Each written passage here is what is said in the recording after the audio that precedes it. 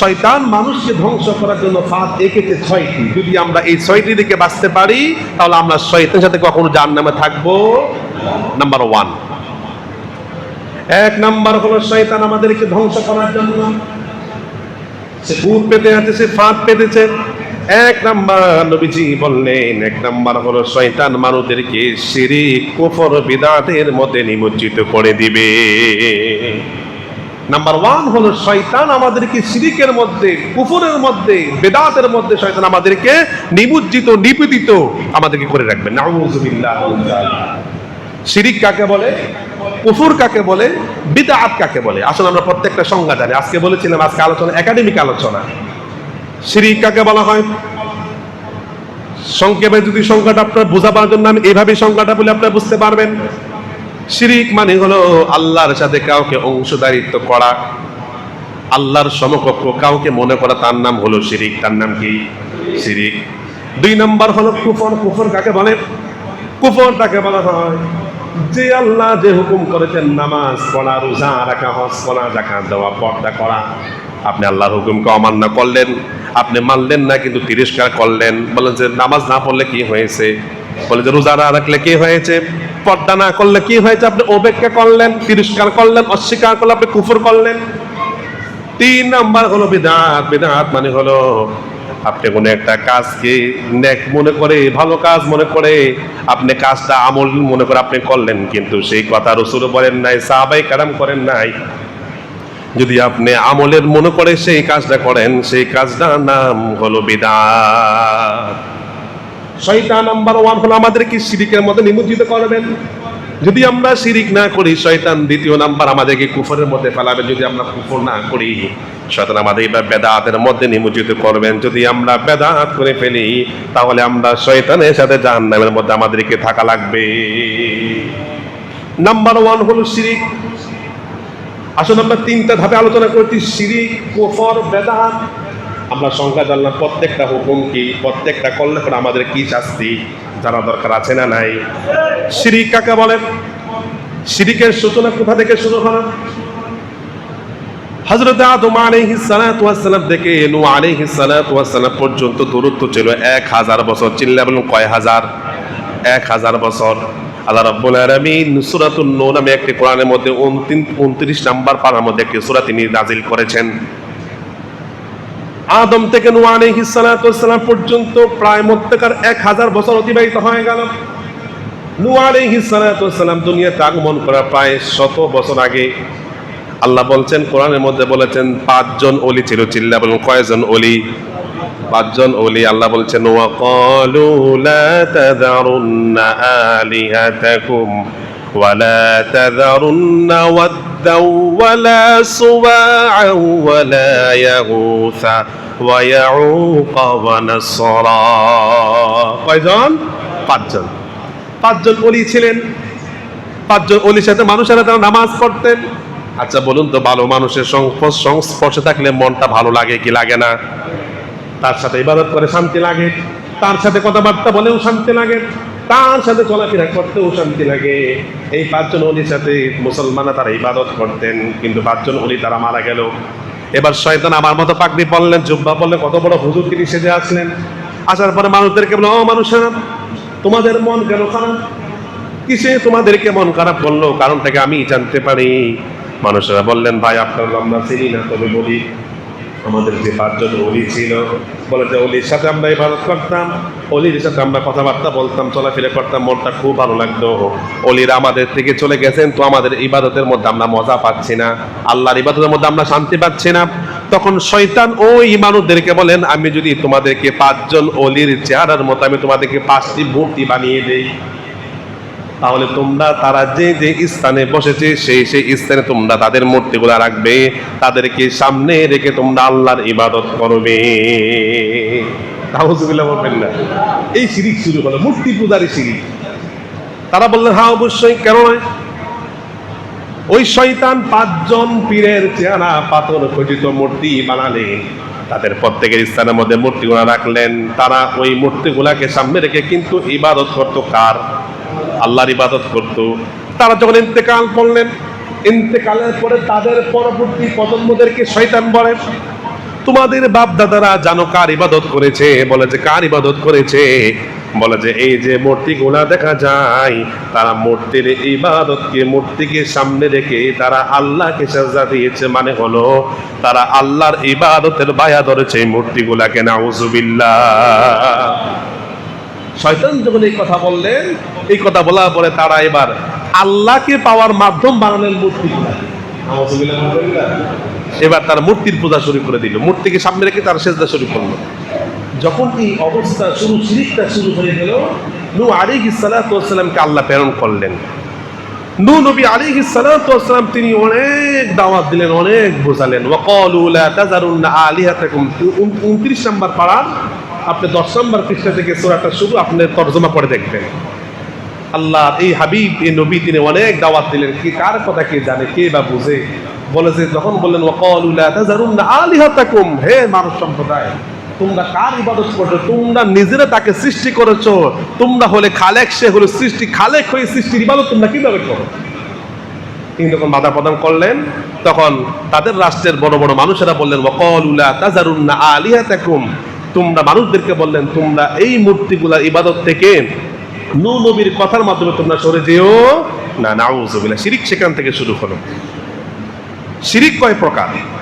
শিরিক হলো 2 প্রকার। চিল্লাবেন কয় প্রকার? 2 প্রকার। শিরিকে আকবার, শিরিকে আসগর। শিরিকে বড় শিরিক, ছোট শিরিক। শিরিক তো শিরিক, কিন্তু গুনার দিক দিয়ে শিরিক 2 প্রকার। চিল্লাবেন কয় প্রকার? 2 প্রকার। শিরিকে আকবার আবার 2 প্রকার, শিরিক বিজ্জাত, শিরিক বিসিফাত। শিরিক বিজ্জাত মানে হলো, শিরিক বিজ্জাত মানে হলো আল্লাহর সাথে আপনি কাউকে অংশীদারিত্ব করান। আর আওয়াজ দেবেন আল্লাহ কয়জন? আওয়াজ দেবেন আল্লাহ কয়জন? আল্লাহ বলছেন কুল হুয়াল্লাহু আহাদ আল্লাহুস সামাদ লাম ইয়ালিদ ওয়া লাম ইউলাদ ওয়া লাম ইয়াকুল লাহু কুফুয়ান আহাদ। আল্লাহ হলেন একজন। আল্লাহ কয়জন? যদি আপনি আল্লাহর সাথে অন্য কাউকে অংশীদারিত্ব বানান, এটাকে বলা হয় শিরিক বিজ্জাত। শিরিক বিসিফাত বলা হয় আমার আল্লাহর যে গুণ রয়েছে, ওই গুণ যদি আপনি অন্য মানুষের সাথে অংশীদারিত্ব করেন, তাহলে আপনি শিরিক বিসিফাত করেছেন। আচ্ছা, শিরিক বিসিফাত কাকে বলা হয়? এক জুমাতে বলেছিলাম, সন্তান দেওয়ার এবং না দেওয়ার মালিককে। চিল্লায় বলেন মালিককে? আল্লাহ। এবার যদি আপনি কোনো পীরের কাছে গেলে বলে যে পীর সাহেব আমার তো সন্তান হচ্ছে না, একটা সন্তান দেন, পীর সাহেব সন্তান দিতে পারবে? আল্লাহ রাব্বুল আলামিন বলছেন ইয়াহাবু লিমান ইয়াশা ইনাসা ওয়া ইয়াহাবু লিমান ইয়াশাউ আয-যুকুর আও ইউযাওবিজুহুম যুকরানা ওয়া ইনাসা ওয়া ইয়াজআলু মান ইয়াশাউ আকীমা। আজ আমরা দেখতে পাই সোনার বাংলাদেশে এমনও পীর রয়েছে যে পীরের কাছে গেলে নাকি ছেলে সন্তান হয়, যে পীরের কাছে নাকি মেয়ে সন্তান হয়। আল্লাহ রাব্বুল আলামিন কোরআনের মধ্যে আজ থেকে 22,000 বছর আগে বলেছেন, বান্দারে আমি আল্লাহ রাব্বুল আলামিন যাকে চাই তাকে পুত্র সন্তান দান করে, আমি আল্লাহ রাব্বুল আলামিন যাকে চাই তাকে কন্যা সন্তান দান করি, আর যাকে চাই আমি আল্লাহ পুত্র দেই না, কন্যাও দেই না, আমি আল্লাহ তাকে বান্দা বানিয়ে রাখি। তাহলে যদি আপনি কোনো বাবার কাছে গিয়ে যদি সন্তান চান, কোনো পীরের কাছে যদি আপনি সন্তান চান, শিরিক বিসিফাত। শিরিক বিসিফাত। সন্তান দেওয়ার মালিক হলো আল্লাহ। আপনি এটা বিশ্বাস করেন। যদি আপনি কোনো মানুষের কাছে চান, রিজিক দেওয়ার মালিক কে? রিজিক দেওয়ার মালিক কে? যদি আপনি কোনো মানুষের কাছে রিজিক চান, তাহলে এটা আপনি শিরিক বিসিফাত করেছেন। সম্মানিত ভাইয়েরা আমার, তাহলে শিরিক আমরা 2 প্রকার জানলাম। শিরিকের যদি আলোচনা করতে চাই বিশাল সময় চলে যাবে, কিন্তু আলোচনা করে শেষ করা যাবে না। এই যদি আমরা শিরিক করি, শিরিকের গুনাহ যদি আমরা করি, আমাদের শাস্তি কি রয়েছে? যদি আমরা শিরিকের গুনাহ করি, মুসলমান ভাইরা আমার এই কথা বলা মনোযোগ সহকারে, যদি আমরা শিরিক করি তাহলে আমাদের কি শাস্তি রয়েছে? আল্লাহ রাব্বুল আলামিন শিরিকের কত বড় গুনাহ দেখেন। আল্লাহ বলছেন ওয়ালাকাদ উহিয়া ইলাইকা ওয়া ইলাল্লাযীনা মিন ক্বাবলিকা লাইন আশরাকতা লায়াহবাতান্না আমালুকা ওয়া লা তাকুনান্না মিনাল খাসিরিন। আল্লাহ নবীকে বলছেন, হাবিব ওয়ালাকাদ উহিয়া ইলাইকা, আমি আপনার প্রতি ওহী প্রেরণ করেছি, ওয়া ইলাল্লাযীনা মিন ক্বাবলিক, আপনার পূর্ববর্তী যত নবী তারা গত হয়েছে তাদেরকে আমি ওহী প্রেরণ করেছি, মানে হলো আমি আল্লাহ তাদেরকে আদেশ করেছি, সেই আদেশটা আমি আপনাকেও করছি। লা ইন আশরাকতা হাবিব, যদি আপনি শিরিক করেন, যদি আমি আল্লাহর সাথে আপনি অংশীদারিত্ব করেন, লা ইয়াহবাতান্না আমালুকা, আমি আল্লাহ বলছি আপনার সমস্ত আমলগুলো নষ্ট হয়ে যাবে।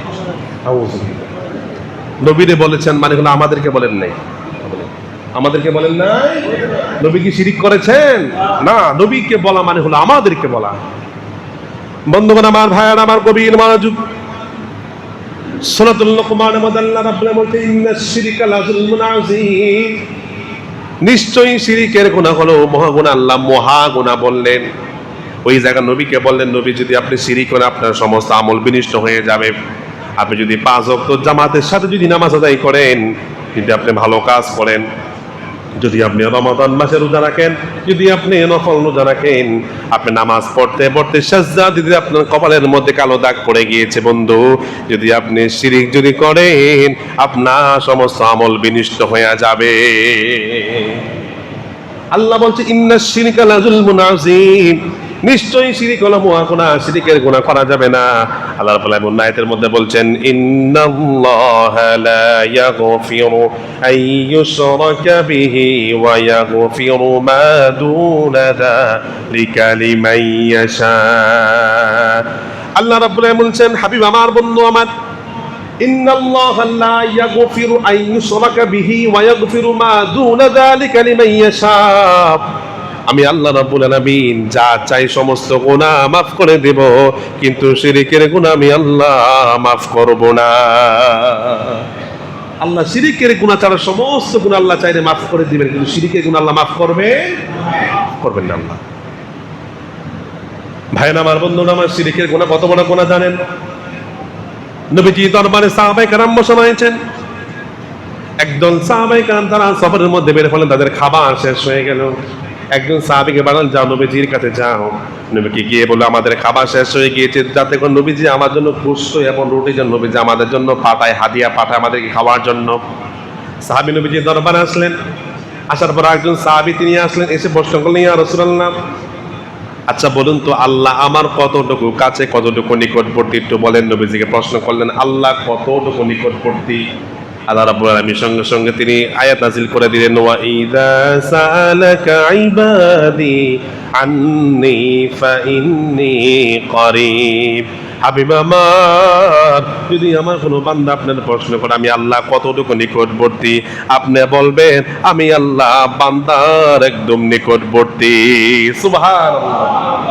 ওই যে সাহাবী রাসূলুল্লাহর কাছে আসলেন রুটি এবং গোশতের জন্য, ওই সাহাবী বলে, কি যদি আল্লাহ যদি আমার নিকট পড়তো তাহলে আমি রাসূলুল্লাহর কাছে খাবার কেন চাইবো? তো আল্লাহর কাছে। সুবহানাল্লাহ বলবেন না? আল্লাহর হাবিবের সাহাবী তিনি চলে গেলেন। তার বিশ্বাস ছিল যেহেতু আল্লাহ রাব্বুল আলামিন বলেছেন আল্লাহ আমার নিকটবর্তী, আমি আল্লাহর কাছে চাইবো, রাসূলুল্লাহর কাছে কেন চাইবো? এই কথা বলার পর কাফেলার মাঝে চলে গেলে বললেন যে একটু অপেক্ষা করো, খাবার তোমাদের জন্য আসবে। কিছুক্ষণ পরে যখন খাবার চলে আসলো, তারা খাবার খেলেন। খাবার যখন বেঁচে গেল, রাসূলুল্লাহর জন্য হাদিয়া নিয়ে আসলেন। আসার পর নবীজিকে বললেন, ইয়া রাসূলুল্লাহ, হাবিবাল্লাহ, নবী গো, আপনি যে খাবার আমার জন্য পাঠিয়েছেন আমাদের জন্য তা বেঁচে গিয়েছে, আপনার জন্য আমরা নিয়ে এসেছি। নবীজি বললেন, আমি তোমাদের জন্য কখন খাবার পাঠালাম? সমস্ত সাহাবীরা বললেন, কি রে তুমি না বললাম রাসূলুল্লাহ খাবার পাঠাবেন? কই, রাসূল তো খাবার পাঠান নাই। সাহাবী তখন আল্লাহর হাবিবের কাছে ওয়া ইযা সাআলাকা ইবাদি আন্নী ফাইন্নী করিব আয়াতটা তেলাওয়াত করেছেন। আল্লাহ হাবিব বলছে, সাহাবীরে তুমি আল্লাহর প্রতি অগাধ বিশ্বাস রাখার কারণে আমার আল্লাহ তোমাদের রিজিকের ফায়সালা করে দিয়েছেন। সুবহানাল্লাহ। যখন এই সাহাবী বললেন আল্লাহ নিকটবর্তী, যে সাহাবীরা প্রশ্ন তিনি দৌড়ে চলে গেলেন। দৌড়ে যাওয়ার পর রাস্তার মধ্যে তিনি মুনাজাত করলেন, আল্লাহর কাছে দোয়া করলেন, আল্লাহ তাআলা আমার কোনো তৌফিক নেই, তুমি আমাকে তৌফিক দাও। মদিনার বাজার থেকে আমি তরবারি কিনবো, বেঈমানদের বিরুদ্ধে আমি জিহাদের ময়দানে লড়াই করব। নবীজি যখন তার এই দোয়াটা শুনলেন, নবীজি বললেন, সাহাবী তুমি যা দোয়া করো জামা আল্লাহ তোমার দোয়াকে কবুল করে নিবেন। ঠিক তবে শুনে নাও, আল্লাহ 10 শ্রেণী মানুষের যত দোয়া করে আমার আল্লাহ 10 শ্রেণী মানুষের দোয়া কবুল করবে না।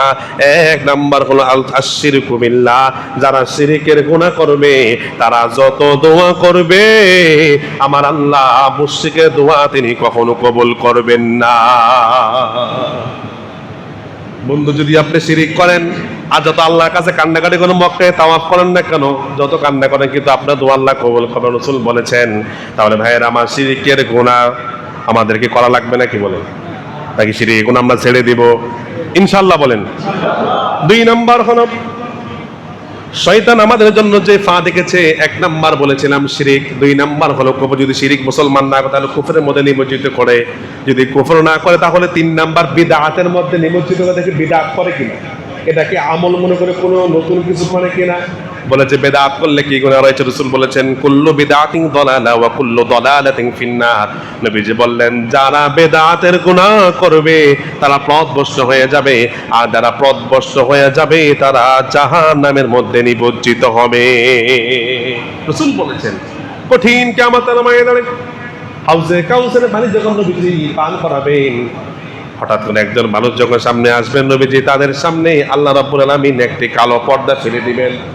নবীজি বলেন আল্লাহ, আজকে কঠিন কিয়ামতের ময়দানে আমার উম্মতেরা পানি পানি পানি করে কান্না করছে, আজকে কেন হাসরের ময়দানে আমার উম্মতের মাঝখানে আপনি কেন পর্দা ফেলে দিলেন? আমার আল্লাহ ডাক দেন, হাবিব আমার, বন্ধু আমার, আমি যা জানি আপনি তা জানেন না।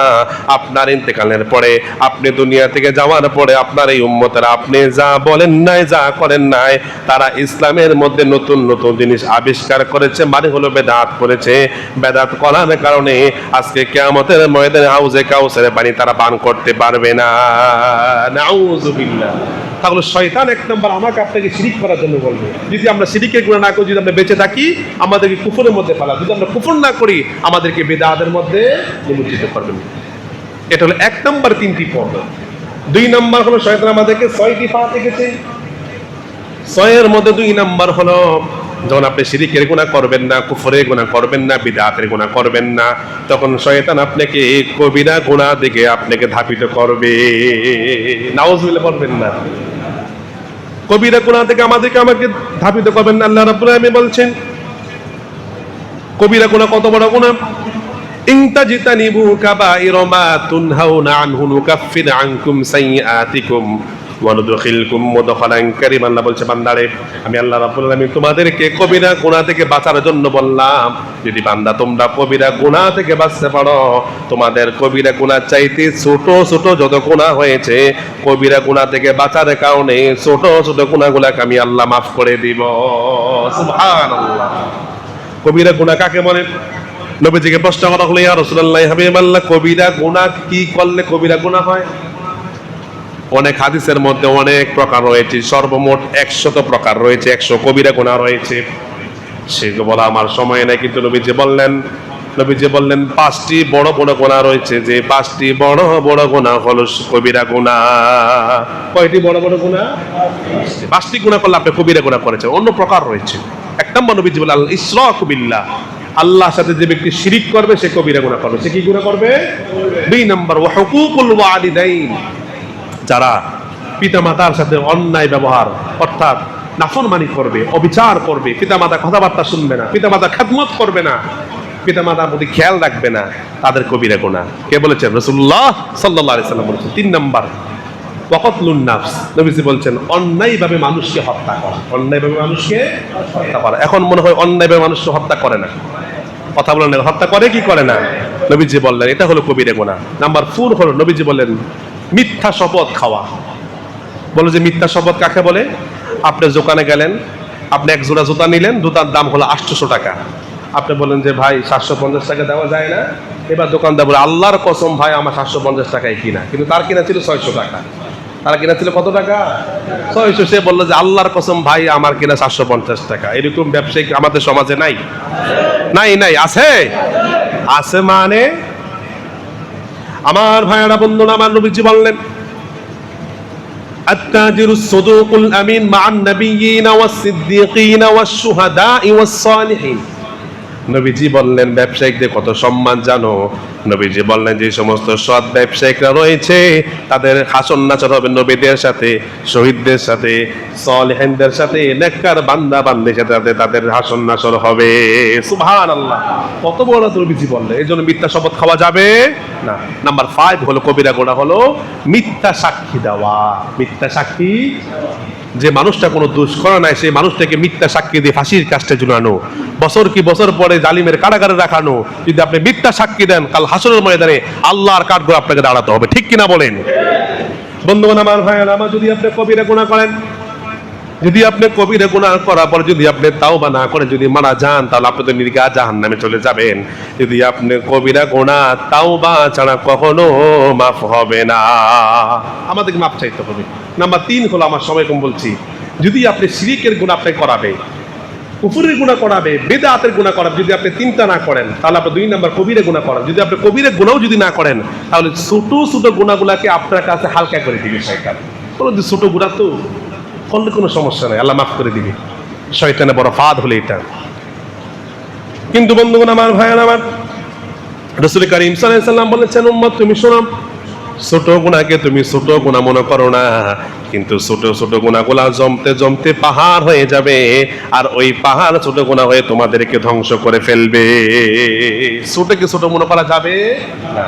আল্লাহ রাব্বুল আলামিন সূরাতুল কাহফ 49 নম্বর আয়াতে বলছেন, ويقولون يا ويلتنا ما لهذا الكتاب لا يغادر صغيرة ولا كبيرة إلا أحصاها।